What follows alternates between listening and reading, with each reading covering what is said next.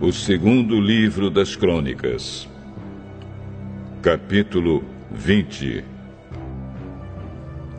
Algum tempo depois, os exércitos dos Moabitas e dos Amonitas, junto com os Meunitas, invadiram o país de Judá. Alguns homens vieram e disseram a Josafá: um exército enorme do país de Edom veio do outro lado do Mar Morto para atacar o Senhor. Eles já conquistaram a cidade de Hazazão Tamar. Hazazão Tamar e Fonte de Gede são o mesmo lugar. Josafá ficou com medo e orou a Deus, o Senhor, pedindo socorro. Depois deu ordem para que todo o povo de Judá jejuasse. Todos se reuniram para pedir socorro ao Senhor. De todas as cidades do país, o povo veio a Jerusalém. A gente de Judá e de Jerusalém se reuniu no pátio novo do templo, e Josafá se pôs de pé no meio deles e orou assim: Ó Senhor, Deus dos nossos antepassados, Tu és o Deus do céu e governas todas as nações do mundo. Tu és forte e poderoso, e ninguém pode resistir ao Teu poder. Tu és o nosso Deus. Expulsaste os moradores desta terra de diante do Teu povo de Israel e deste a terra deles para sempre a nós, os descendentes de Abraão, Teu amigo. O Teu povo tem morado nesta terra, e aqui construímos um templo em Tua honra. Nós dissemos assim: se alguma desgraça cair sobre nós como castigo, seja guerra, ou doenças, ou falta de alimentos, então nos ajuntaremos em frente deste templo, onde Tu moras, e no nosso sofrimento clamaremos a Ti, pedindo socorro. E Tu atenderás o nosso pedido. Agora, os Amonitas e os Moabitas, junto com os Edomitas, invadiram o nosso país.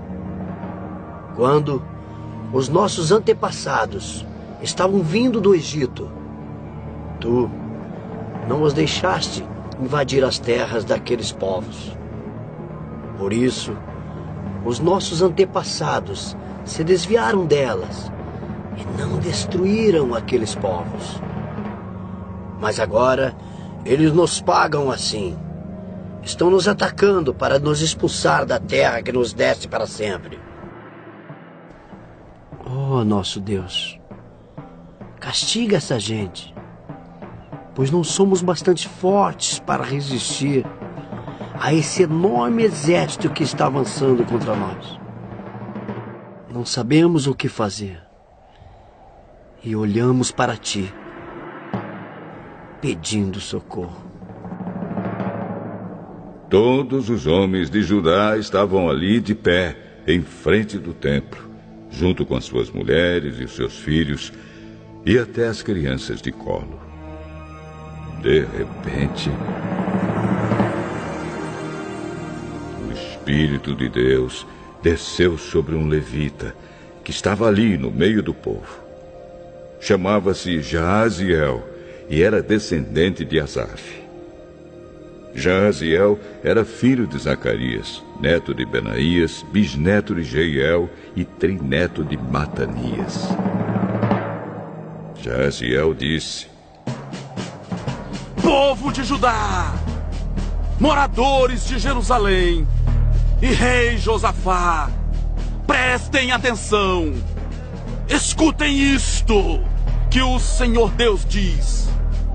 Não se assustem, não fiquem com medo deste enorme exército, pois a batalha não é contra vocês, mas contra mim. Amanhã vocês os atacarão quando eles vierem pela subida de Ziz. Vocês se encontrarão com eles no fim do vale que dá para o deserto de Jeruel. Quando os encontrarem, vocês não precisarão lutar.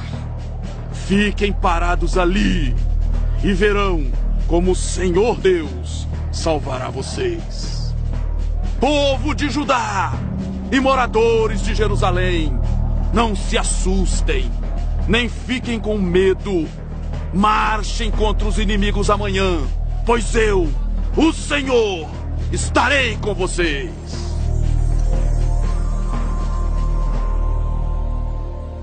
Então o rei Josafá se ajoelhou e encostou o rosto no chão. E todo o povo de Judá e os moradores de Jerusalém também se ajoelharam na presença de Deus, o Senhor, e o adoraram. Aí os levitas, que eram descendentes de Coate e de Corá, começaram a louvar o Senhor, o Deus de Israel, em voz bem alta. Na manhã seguinte, todos se levantaram cedo e foram para o deserto de Tecoa. Ao saírem, Josafá ficou de pé e disse: Povo de Judá e moradores de Jerusalém, escutem! Confiem no Senhor, seu Deus, e estarão seguros. Confiem nos profetas dele, e tudo que vocês fizerem dará certo. Depois de consultar o povo, Josafá ordenou que alguns cantores vestissem roupas sagradas e marchassem à frente do exército, louvando a Deus e cantando assim: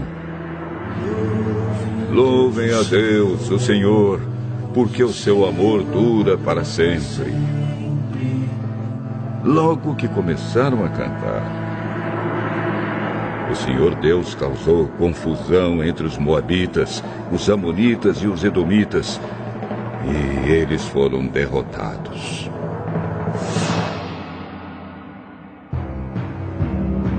Os amonitas e os moabitas atacaram os edomitas e os destruíram completamente. Depois os amonitas lutaram contra os moabitas, e os dois lados também acabaram se destruindo. Quando o exército de Judá chegou a um lugar alto no deserto, eles viram o chão coberto de mortos. Ninguém tinha escapado com vida. Aí Josafá e os seus soldados avançaram e começaram a pegar tudo o que havia no acampamento inimigo. Encontraram muitos animais de carga, armas, roupas e objetos de valor.